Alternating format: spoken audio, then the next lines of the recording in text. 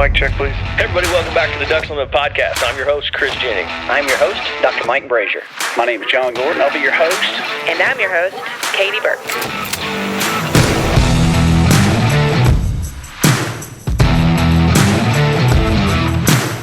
Welcome to the Ducks Unlimited podcast, the only podcast about all things waterfowl.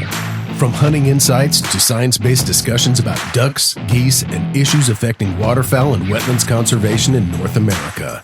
The DU Podcast, sponsored by Purina Pro Plan, the official performance dog food of Ducks Unlimited. Purina Pro Plan, always advancing.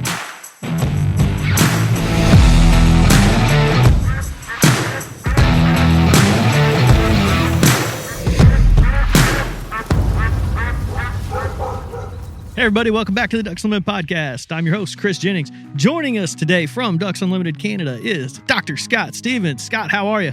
I am good. Happy to be with you, Chris. Now, this is one of the most exciting podcasts that we do every year. Probably one of the most popular, which raises your visibility significantly on the podcast because you're always the one that brings such great news to American waterfowlers and typically bad news for Canadian waterfowlers.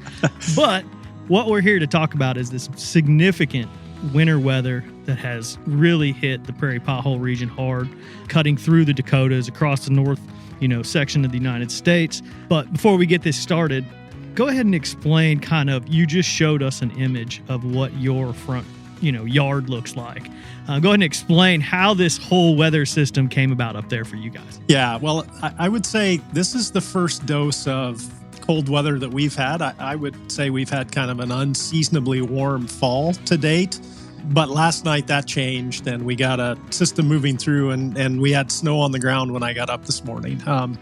Here in Manitoba, I'm north of Winnipeg, not a ton of snow, but enough to cover the ground and it melted off the roadways. But yeah, so we have in the forecast, we will be slightly above freezing. I think our high today is 38, and then maybe 35 tomorrow. And then after that, we will be below freezing for the high and lows in the teens or maybe even single digits. So yeah, we are getting to that time of the year that birds will be moving out. When I looked at the forecast earlier in the week, I was wondering, okay, am I, did I have my last hunt already last weekend, or is there going to be another one this weekend? I think I will get a hunt this weekend, but that'll probably be it for us here, at least in Manitoba. Now, you mentioned that you did get out last weekend, shot some ducks, had a pretty decent hunt. Yeah. Just from what you saw and what you're kind of hearing up there, what are the ducks doing, ducks and geese right now, across Prairie Canada? Yeah, we got into some birds. We were hunting day roost ponds, but the interesting thing for me, Chris, was there were not birds all across the landscape. We had to kind of ferret out a little concentration, and once we found those, we were able to to make things work with them. But it wasn't like everywhere you drove there were birds all across the landscape, and that's been my experience. I was actually in Saskatchewan week before last, and we usually make a big trip out to Western Saskatchewan. The focus is to hunt white-fronted geese. We made the trek out there, and this is the first year in 15 years I got there, and it was like, oh my gosh, it's so dry. Like the geese aren't here. Big lakes that had staged birds for the whole time I had been going there were dry, and there were just not geese there. So we had to, even folks like me have to come up with plan B and plan C. We trekked back eastward. We were in southeastern Saskatchewan, which has some water, and we found some ducks, and we were able to shoot some mallards and pintails. But yeah, so, across the board, I would say there have been birds, and in localized areas where you have water, people are finding birds, but that isn't everywhere. I was struck by how dry it was in that country that I was in. Now, does a system like this, does that help at all with that precipitation, or the percentage of precipitation in the ground? And does it provide any value there? Yeah, it definitely helps, but when I was looking at conditions in that country, Chris, it will take a lot to turn that around, and the first step is the soil moisture. We've talked several times on the podcast about if we got some soaking rains and at least the soil moisture was high going into freeze up, that's a big help because then, any snow we get runs. But it was so dry in that country, like it would take a steady all day 3 or 4 inch rain to soak that soil again. That's how dry it is. So, I guess my report would be there are parts of the Canadian prairies, at least, that are pretty dry. And, as up here, we start to begin thinking about next season as this season will close down. Mm-hmm. We will need some precipitation to turn that around. But I know, most folks who are tuning into this are excited about the opportunities that are coming as birds are moving south. And that will definitely be happening here over the next week or so. Yeah. And, we did a migration alert just a couple days ago. Freelancer John Pullman wrote that, and you were quoted in it, actually. Right. Yeah. I had been in touch with John. Yeah. Yeah. And it just kind of outlines exactly pretty much what you're talking about. But, when we send those alerts, we have, the way the system works, we have to designate it to a flyway or 2 flyways. And so that actually went to the Central and Mississippi Flyway email subscription list, but kind of explain how a system like this will impact all 4 flyways. That's a technical glitch that we weren't able to send it to all 4, but from your perspective and really all these birds kind of dumping out of the Canadian prairies, just explain to our audience what that means for all the flyways. Yeah. Well, when we have birds staging up here, like I would say Manitoba and Saskatchewan, and we'll even throw in Alberta, when dabbling ducks are leaving those areas, I would say there are some birds from Alberta that will go into the Pacific Flyway. Most of the dabbling ducks, it would be primarily a Mississippi and Central Flyway affiliation. But if we think about divers, there's contingents of canvasbacks and redheads that kind of make a more eastward and southward migration, and we'll end up in Atlantic Flyway. So, folks in the upper Midwest and even some of the Atlantic Flyway states could see divers picking up in their area as we freeze up here. Scaup and redheads, canvasbacks are probably already moved out, most of them, but if there are any left, they'll be moving too.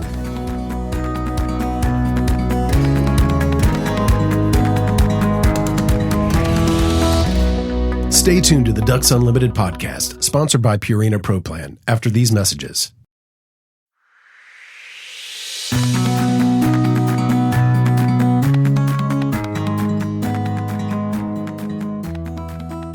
So you're planning on hunting this weekend. This will probably be your last shot. What's the plan going? You have cold weather, probably you're going to be dealing with a little bit of ice. Yeah. What's the plan? Yeah, our plan, me and my usual hunting buddy, is we will show up probably Friday evening. After work, we'll be able to get out before dark. And we'll probably go back to the area that we hunted last weekend. There were good numbers of mallards there. And we'll just kind of see what they're doing. One of the interesting observations, Chris, this year, and this happened in Saskatchewan and it happened to us here in Manitoba, is we are not seeing the normal number of birds flying out and feeding in fields. That was the case early in Saskatchewan. When I was there week before last, we actually found birds in a field. We set up there the next day.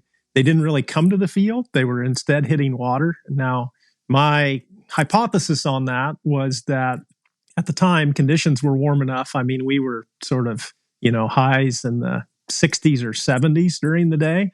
It was just so mild that there was not a big, they did not need a bunch of energy to kind of maintain themselves. There was not a big, like it is now. It's like birds will be wanting some energy to stay warm and, fuel migration and all those things. But that was not the case previously. So, there could be a field shoot, but I suspect once again, we'll be looking for these smaller, we refer to them as day ponds or day roosts or sipping ponds, that birds will hit first thing in the morning and then go out to the field and then stop at those coming back. So that's kind of our strategy. We'll be out scouting, Friday evening, hope to kind of figure out what birds are doing and probably set up in a wetland. Although if we found a field that they were pounding into, might set up in a field and go from there. But actually what happened on this past Saturday, we had hunted Friday evening in a spot. We had done well. We shot our limit, but we didn't have much time to scout after that. So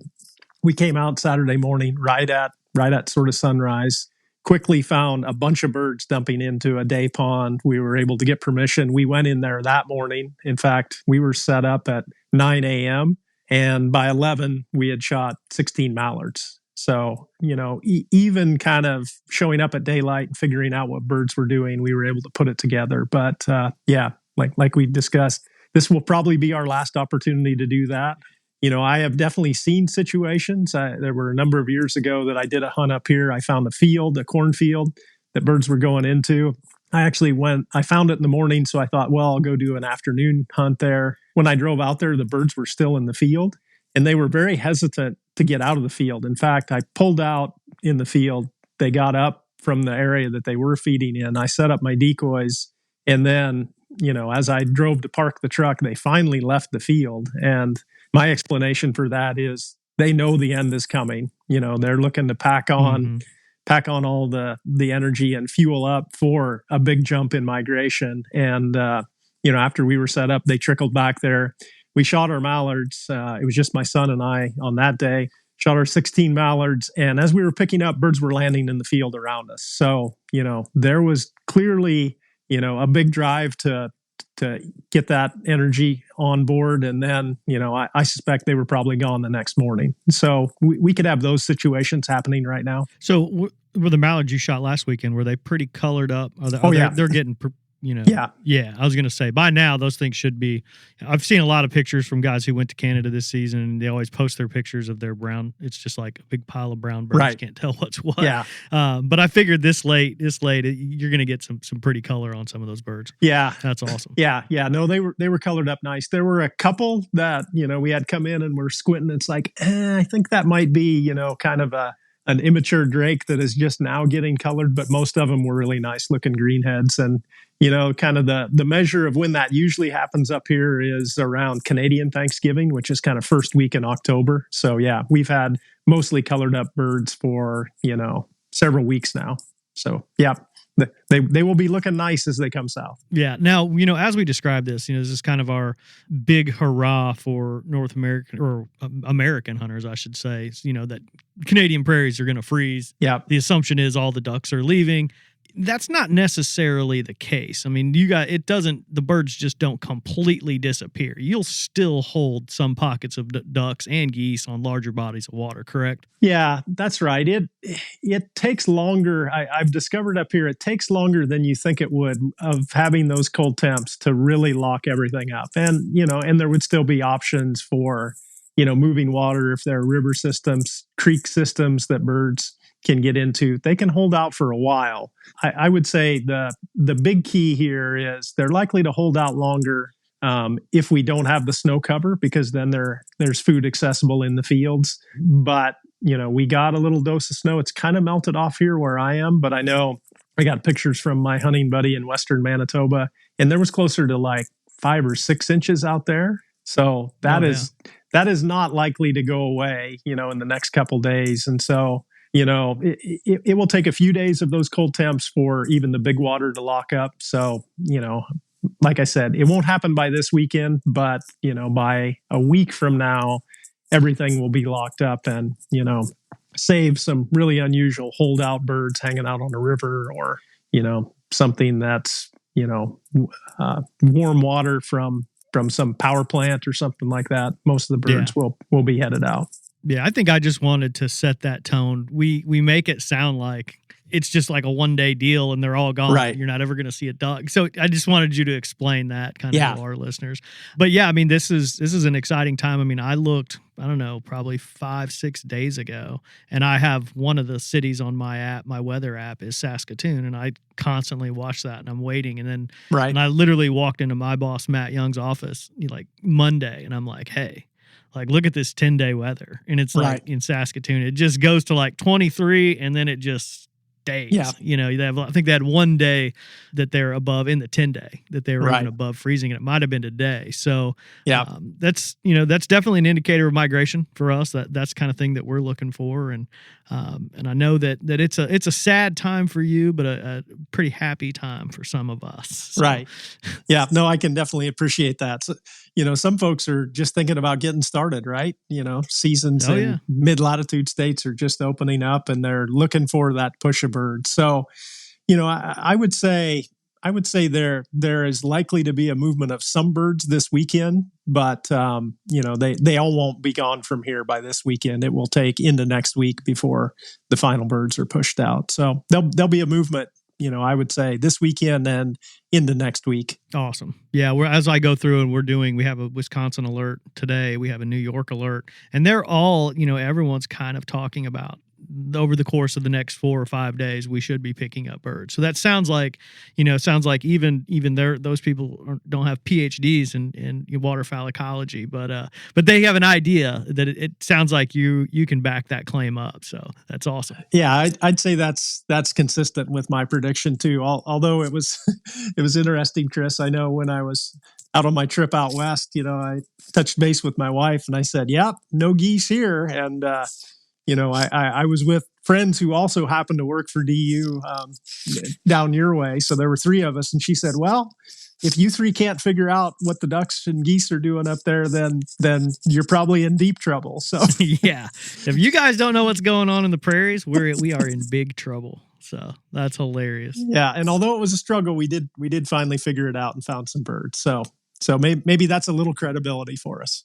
So as your season as a whole, was it pretty good up there? I would say, even last week week before last, when we found birds in Saskatchewan, it was still tough, Chris. Like the day that we set up in that field and birds didn't come to the field, we regrouped and set up in the afternoon, and there were 3 of us hunting. We ended up shooting limits of mallards and pintails as the sun set that day, So I know that sometimes, folks get the impression that like, oh, when you come to Canada, it's like awesome lights out hunting all the time. It's limits by 9 o'clock, and it can definitely be like that. But I've told people it's like, hey, they made us work for it this year. So, that's kind of been the case.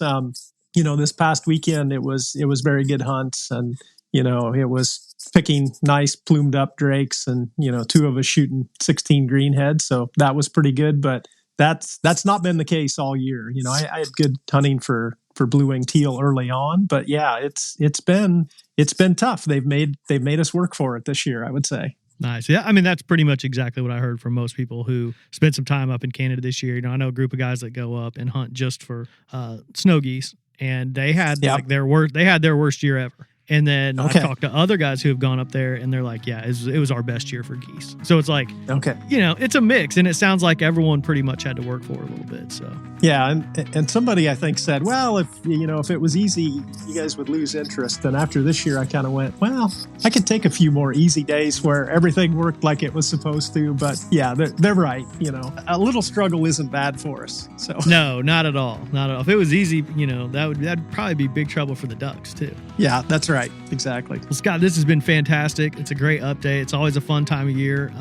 Just looking at it, looking at the past shows we've done it on this when, big freeze up in Canada type show. I believe 2 years ago, it was October 10th. Okay. Yep. And then last year it was like November 7th. Right. So we are, pushing it later, definitely, than the first one we did, but kind of staying in the middle of that. So this seems like, not right on time, maybe a little slow, but it's always good news, and always good to hear from you with this type of news. I'll definitely keep you in the loop, Chris. I'll send you a note when they gone. So okay, awesome. We will add that into a migration alert. We'll just say Dr. Scott Stevens gone. They gone. They are gone. I appreciate it. Sounds good. I'd like to thank my guest, Dr. Scott Stevens, for joining us today and kind of walking us through the progression of how the prairies in Canada are covered up with winter weather and birds are starting to get out of there. I'd like to thank our producer, Chris Isaac, for putting the show together and getting it out to you. And I'd like to thank you, the listener, for joining us on the DU podcast and supporting wetlands conservation.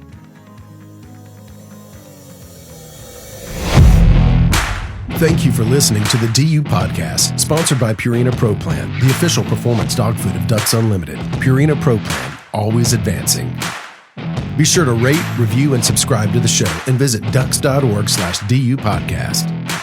Opinions expressed by guests do not necessarily reflect those of Ducks Unlimited. Until next time, stay tuned to the Ducks.